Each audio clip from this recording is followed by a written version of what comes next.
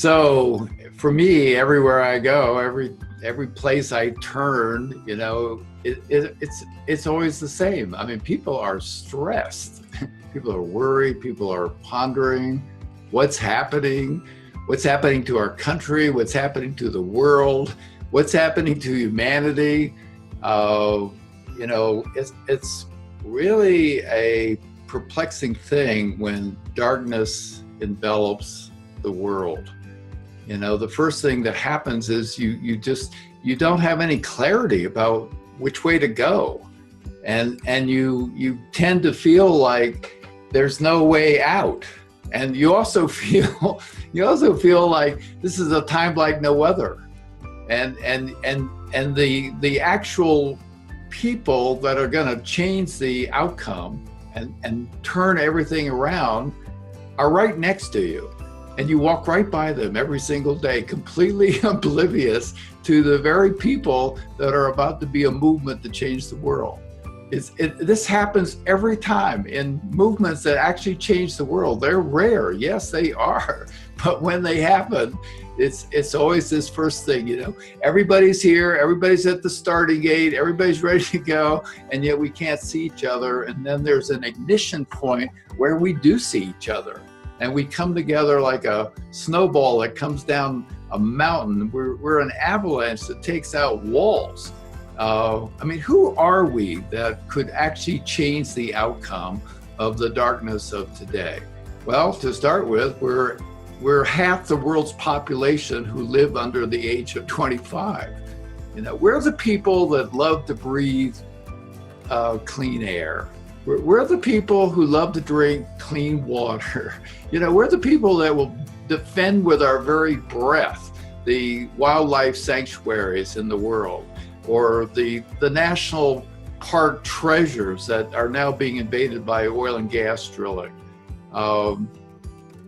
Movements are a rare social phenomenon, but when they happen, they actually do change everything. Think about it for a minute yourself. The Renaissance changed a feudal order. The American Revolution defeated the British Empire. The American Union defeated the 100-year culture of bigoted slavery. And the 60s generation, it's the same thing there. We just walked right by each other, completely unaware that we were all here in January 1960. And then just 4 people, that's all, Black, freshmen, in Greensboro, North Carolina, sat down at a Woolworth's lunch counter. And, I was a student sophomore at the time. And I went from being a student nerd to just overnight being a part of a revolution, part of a movement. It was my whole life for 13 years because the 4 people that ignited me. And I wasn't the only one. There were tens and tens of millions of us. How big are we right now, all the people that would change the world? How big are we? Well, we're definitely larger than the Renaissance, the American Revolution, the American Union, and the 60s combined. We're the largest movement in the history of the world. We're all here, and we're just ready to be ignited. It's the unknown picture. It's the unknown factor in what is about to happen. And what we have is this apparent unique ability. I don't know why it's so unique, but we have it, which is to look up and see the horizon. We're actually able to see beyond the current madness in the White House and notice that our oceans are dying. Our oceans are dying.